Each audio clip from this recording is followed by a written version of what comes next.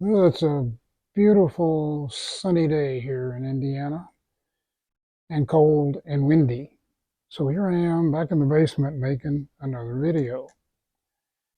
So those of you that own one of these little guys or something similar are probably quite familiar with the fact that flying one of these in a tight area with trees and other obstacles around is not a problem when you're taking off. But when you come into land, you find yourself circling over the airfield or uh, diving in with the power off, trying to get it down to land. And typically, these airplanes, sailplanes in particular, do not want to set up a very high angle of descent. And this one, while it's not as good a sailplane as some purpose-built, much longer wingspan balsa and film, really lightweight sailplanes, or some of the professional grade carbon fiber sailplanes, it's still a chore sometimes to get it to come down. But it doesn't have flaps either, like most of my airplanes sitting on the bench over here. Even my turbo timber, which comes down pretty fast without flaps, has flaps, and pretty effective flaps. Uh, or does it have flaps? Maybe it does. Let's try. I got flaps set up on the G switch. Oh, well, it does have flaps. How about that? And they work pretty well. I've flight tested it with flaps, and the results you're going to see today reflect the settings that I found that work at least on this sailplane for flap settings and elevator mix and rudder mix. Some other settings that are required to make this happen. Now, if you're not very familiar with setting up a receiver transmitter combination with Spektrum equipment, uh, well, it's complicated to do what I did. So be prepared for a fairly long video. It'll be divided up into chapters. And we're going to go through quite a few steps to get this to happen. And it starts with unlocking your receiver.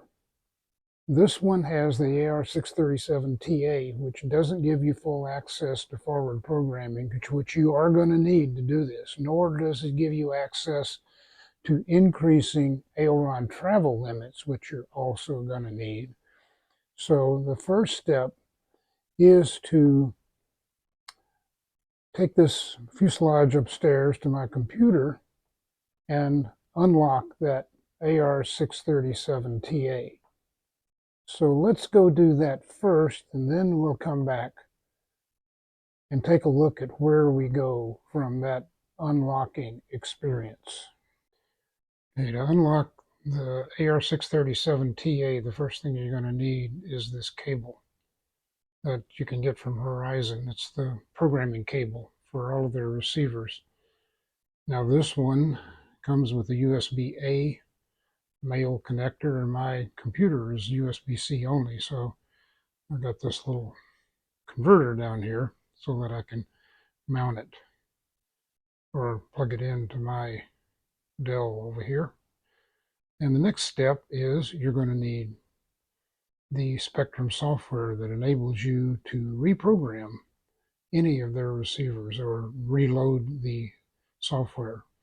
So what we're going to do is not actually, they call it updating, but actually we're going to just reload the stock software that comes with the AR637T, and that will wipe out all of the locks on forward programming.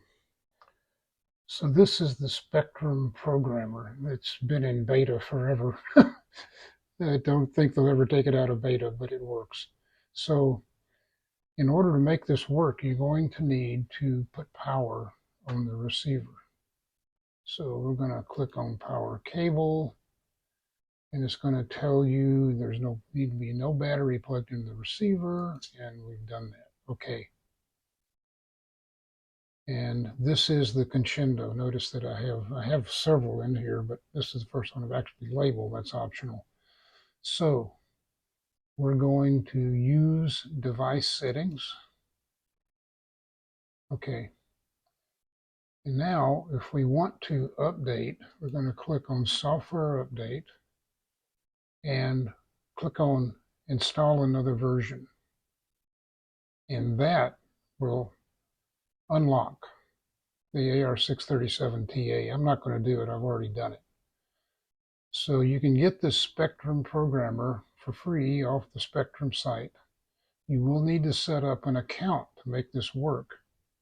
But once you get that set up, you start this up. I'm logged in as Thomas. And plug your receiver in to this cable. Again, using that first port, the bind port. That's actually bind program port. And off you go. This takes all of about 3 minutes to do once you've done it once or twice. Okay, we're back in the basement, and one of the first things you're going to need to do after you get the software or firmware on the AR637TA updated or replaced is you're going to need to put in 2 wing servos, one in port 2 and one in port 6. These are the shortest servos leads I had, and you're going to need to color code them. I colored one green and one red with a marker pen. You could also put a little paint on them, but I thought this was quicker and easier and didn't take time to dry. It's important because now you have a left wing and a right wing, not a Y cable. Y cable you can just switch, but once you get a left wing and a right wing, that's not going to work anymore. Oh, and one more thing about how this model is set up. You may notice that I have some extra stuff on it. That is a GPS on the left, and down here, kind of hiding under the leads, is an altimeter, variometer, because the TA model of the 637 doesn't come with that. The T model comes with that built in, but I added it. Kind of important for sailplane to know whether you're going up or down. The variometer actually works very well if you tighten up the limits when the sound starts. Before we get into the programming on the transmitter, I also changed the linkage settings on the wings with the servo connected via the top or outermost hole and then the clevis on the next to the last hole. Okay, now that we have that minor hardware change made, and there's a good reason for that, and that is to increase our aileron travel without having to set our rate to 100%. And you'll see that here in a little while when we get over to the transmitter. Okay, well, this in my hands are my written instructions for how to do this, and this will all be copied over to the description for this video. And I would suggest that if you're going to do this, you might want to print this out and follow along with the video on all these settings. This is basically my script. Okay, so you have unlocked the AR637, whichever version you have, by reloading the firmware. You have removed the Y cable for the ailerons under here and installed 2 short aileron extensions, the shortest you can find, about this long. Because all I got to do is run from the receiver through the fuselage, come out down here, up here on the top, about right here, just long enough. You don't need really long ones because there's not a lot of room under here to pack an extra bit of cable. Okay, and those 2 are going to be installed on ports 2 and 6. Normally, if we were doing flaps, that would be on port 4. No, 5, port 5, excuse me. Port 4 is rudder. Okay, the next thing you're going to do is start up your handy dandy transmitter, in my case an NX8, and you're going to go to down to System Setup,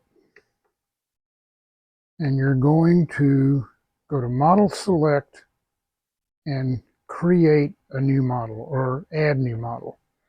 And you're going to add an Acro or just an airplane.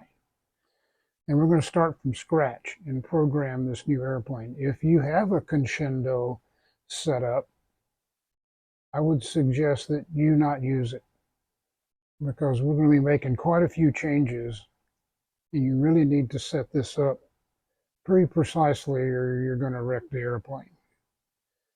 And you might skip a step in there somewhere that you didn't realize you needed to do, even with my written instructions.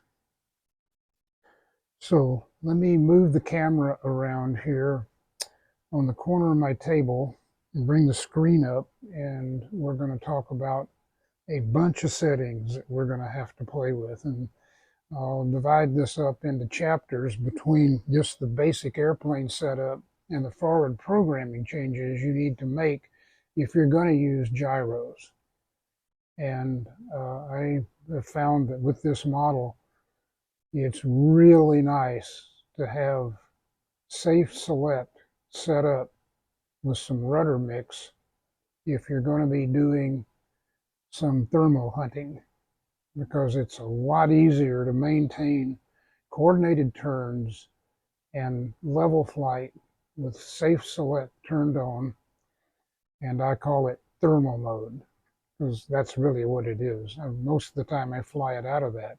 It's a lot of fun to fly this airplane in AS3X with full control, but it's a lot of fun too to fly it around in thermals, not having to worry too much about rudder and elevator coordination and turns.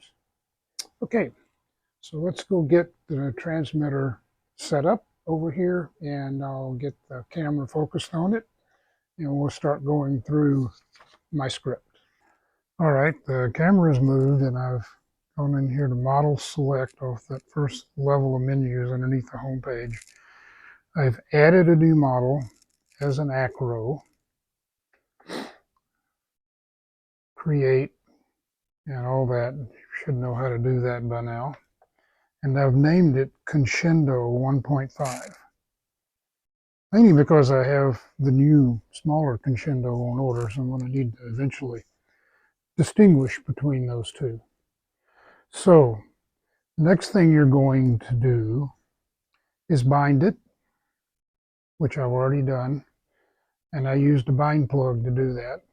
Plug it in with the bind plug in, go ahead and bind it. You don't need to take the bind club out anymore because we're going to use forward programming to set up Safe Select. We don't need to worry about this old-fashioned way of doing it with your sticks. So get it bound up, connected, and then the very next thing you're going to do is this. Okay, we got the Conscendo set. Go to main screen, check, make sure we have the right model, click. The very next thing you need to do after binding, always, is set up throttle cut. And I've got mine set up on switch C. All you have to do here is just change the switch. And I've also set up sounds. I'll turn up the volume. It's a 3-position switch. Positions 0 and 1. I'm sorry, 1 and 2 are motor off, 0 is motor on. Yep, no delay, require stick low, no. So, and that's all you have to do, just set the switch here. And I set up the sounds as a separate setting.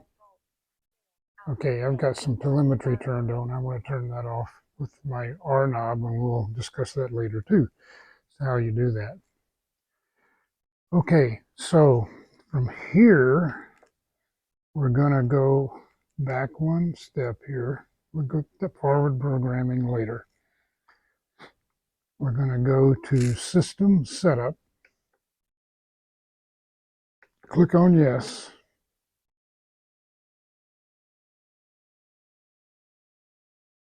Model Type. Wait a minute, that's wrong. We already set that up. Aircraft Type. And we're going to go down here and set this to Flaperon. Usually you're going to be looking at something like this, dual aileron or one aileron, one flap. But we're going to set this to Flaperon because we're going to be using the ailerons and the flaps as a unified control system. Okay, so we got that set. Back out of that. And the next thing we're going to do is set up a flight mode right here. I have flight mode switch 1 set to switch B, which is right up here. And it's a 3-position switch. Okay, that just tells the transmitter where that switch is and how many flight modes you have set up. The next thing we have to do, I don't have to do it here, but I did. I set the flight modes to safe mode, manual mode, and AS3X mode, 1, 2, 3. So that's safe, and it'll speak safe when I flip it to that position. That turns the gyros off, and if I flip it to position 3, it turns on AS3X. Now, I don't know quite why, but normally I have position 2 set up as AS3X, but for some reason, after I split out these ailerons, position 2 did not actuate AS3X, so I had to set it up on mode 3, which every other airplane I've got is going to be different from this one. But I think I can cope with that. So now we're going to go to channel assign. We have a switch set up, but we haven't assigned that switch to a channel, and I've assigned it to AUX 3. AUX 2 would probably work just as well, but I normally use AUX 3 for flight modes. And here you just click and you just set the switch to the one you selected prior. So now that's all we need to do to set up those flight modes in the transmitter. Now later on we're going to have to go tell the receiver what to do with those flight modes. Okay, so let's go back to the home page, and from there we're going to go first to servo setup, and we're going to set right aileron RAL to 150 and left aileron to 150. Now this, you can't do this until you unlock your receiver, and 150 is the limit. The reason we need to do this is that when you put those flaps down, you're going to need to, I'll show you that here, still have some travel left in the ailerons. So here's normal aileron movements. That's in, let's see if I can get that to focus a little better. There we go. This is normal aileron movement with the flaps up. Now I'm going to put the flaps down. So those flaps are already close to where their maximum extension is going to be from just normal controls. In order to get them to travel farther, we have to increase the travel from 100% to 150. So you'll notice that as I move these flaperons, they are behaving. Nothing is reaching their travel limits. And we'll get into how we adjust this here in just a second. This is necessary for coordinated flight.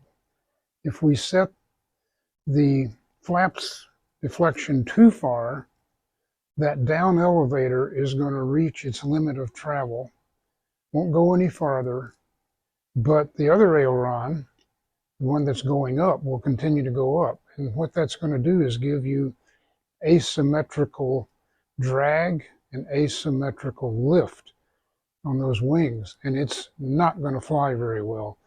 I did some extensive flight testing with this model to find the right settings for flaps and ailerons to prevent that from happening. And with the settings that you're going to see, it flies really well even with the flaps extended. So let's put the flaps back up. I got two positions. I have what I call just takeoff flaps. And why would you want that? Well, I call it takeoff flaps, but it turns out if you have a little bit of flaps in when you're soaring around in thermals, it gives you a little bit of extra lift.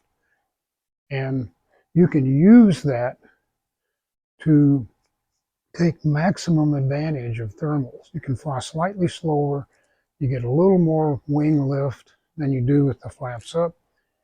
It enables you to fly a little bit slower, which decreases drag and can substantially increase the efficiency of your soaring activities. I wouldn't suggest you actually use these for takeoff. Okay, I've also got the mix set up in the flaps for the elevators, which is a bit odd because normally you expect when you put flaps down, the airplane is going to balloon up, but not with flaperons. The airplane, first time I did this, I had zero elevator in the mix, and when I threw the flaps out at 40 degrees or 40%, airplane nosedived. So I had to put in a fairly significant amount of up elevator to correct for that. In contrast, normally you'd be putting in down elevator. Okay, so we're going to back out to the home page and we're going to set up. Oh, I forgot to mention, once you get those, back to servo setup. I forgot something. Okay, get out of travel. Oh, we're already in servo setup. I'm going to back out of this. Here we go. Excuse that. And we're going to go to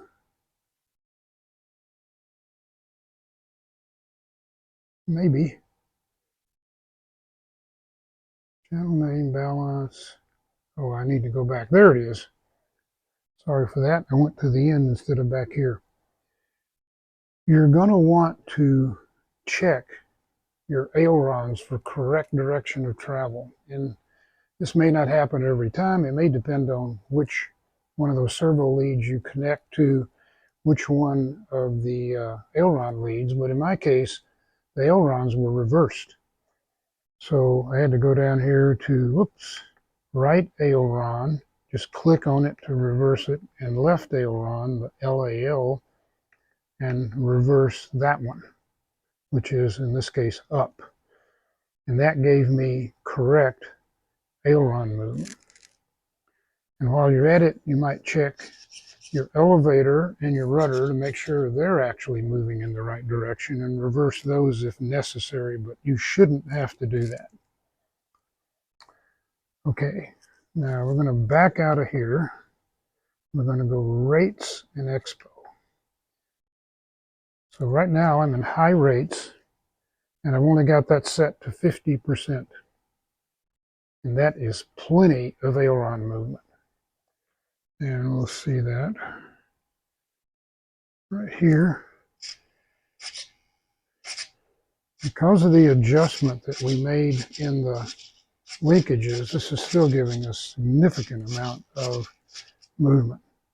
And I've got all those positions in my notes. You can look at them. Suggest that if you do move those linkages in the ailerons, you use my settings for rates and expo, not the book settings. Okay.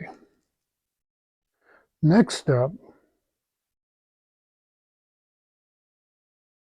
we're going to back out of here. Well, just the aileron, there's 30%, 40%, and 50%. And the expo and all was 20. Oh, and the elevator and rudder stay is set up per the book. I usually leave those at 100%. Okay, rates and expo is done. Now we're going to go down to flap system. So I have set up position 0, which on my switch is flaps down, to minus 40%, elevator to minus 11. 40% is going to be about the limit you can go to. You can actually go a little higher than that, but I think that's putting a lot of stress on the servos. But yeah, you can go to maybe 45%, but if you do that, you need to increase the elevator deflection. But I can tell you that for 40% elevator at minus 11 will give you a nice rate of descent at a nice airspeed. And by the way, this is very effective at getting the airplane down. And position 1 at 10% will get you a little more lift and also fairly stable altitude. If you don't put in a little bit of down elevator, and you might have to play around this a little bit, you're going to get some extra. Here we are in forward programming, and here's where we're going to actually program the receiver for safe select and some other settings, and reprogram the servo settings or relearn them. So first we're going to go here to, let's see, what are we going to do first? Gyro settings and system setup. And we're going to go set our orientation. That's our receiver orientation. Receivers can be mounted in several positions, even upside down. They can be turned 180 degrees. We need to know which, they can even be set up sideways on the side of the fuselage, excuse me. So we're going to then take the airplane and we're going to set it on its nose and then level and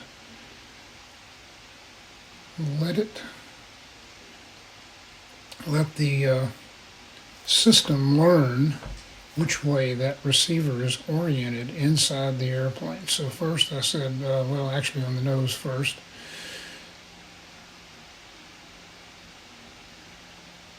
And continue. And it's orientation 3. Somewhere or another I missed the level part. Okay. Anyway, that's the correct picture. So we're all set here to continue. The receiver is going to reboot. Stand by for a second and press the roller button again. And we go back to the menu, back to the forward programming menu. The receiver has now rebooted and knows which way that airplane receiver is mounted. So we have AS3X safe F flight mode setup and system setup. So next up, we're going to roll down to safe settings, but we really don't need to change those. The defaults are pretty good, but you can set gains here.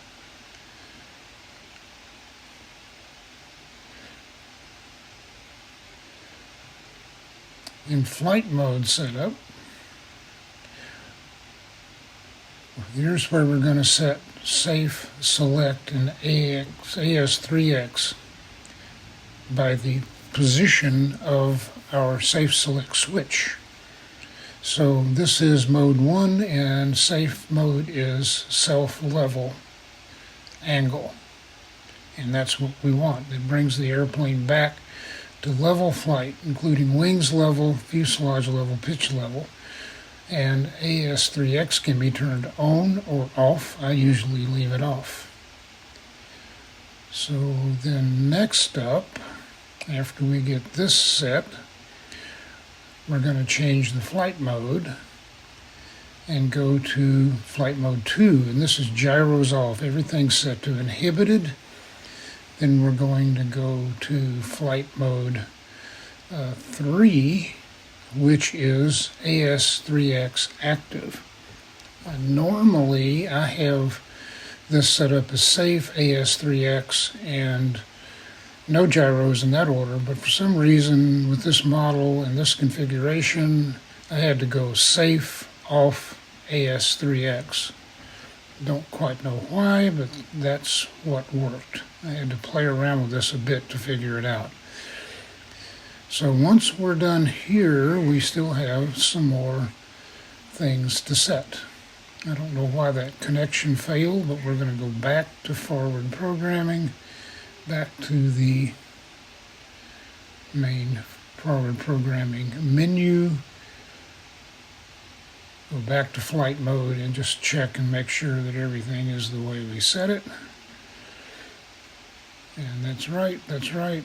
Go back, hit that back button, and back to standby.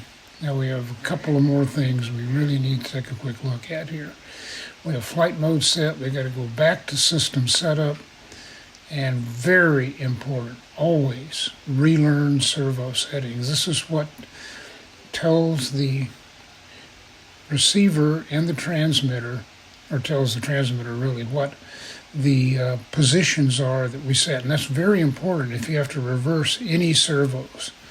Because if you don't do this, the autopilot doesn't know, or the gyros don't know what to do to when the airplane gets upset. In the gain channel select, you can set a gain channel, and you go to utilities, and you can copy flight modes to somewhere else, but we're not going to do that today. So that's it. That's basically all we need to do. We should have the model set up to go fly now.